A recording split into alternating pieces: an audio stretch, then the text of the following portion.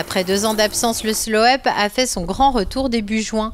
La météo capricieuse n'a pas eu raison de l'envie du public de participer à cet événement hors du commun. Au programme, un parcours de 38 km avec plusieurs boucles possibles, totalement réservé au vélo. Le village de Diefenthal participait pour la seconde fois à cette manifestation, à la grande satisfaction des élus.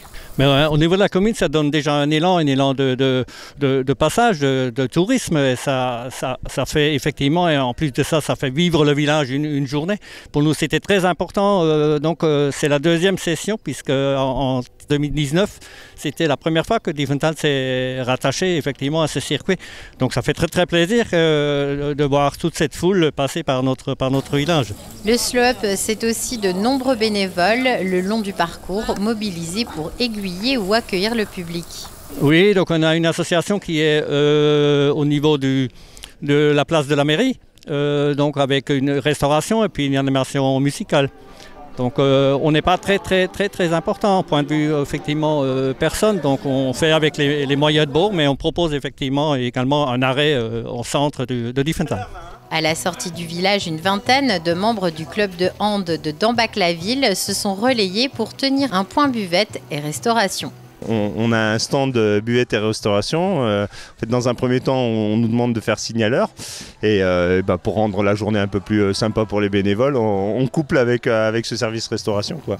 Il y a un côté très sympathique à avoir passé tout ce monde sur cette route des vins là, et faire en sorte qu'elle soit libérée pour eux.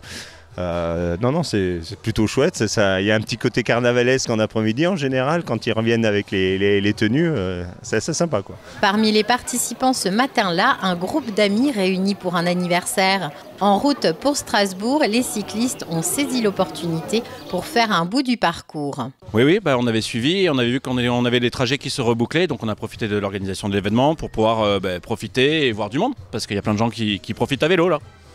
Pour le moment, ça se passe bien. On a fait 2 km.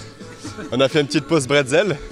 Et, je connais pas exactement le parcours complet, mais il paraît qu'il y a plein d'animations, des stands, de quoi manger, de quoi boire et puis du monde à rencontrer, quoi.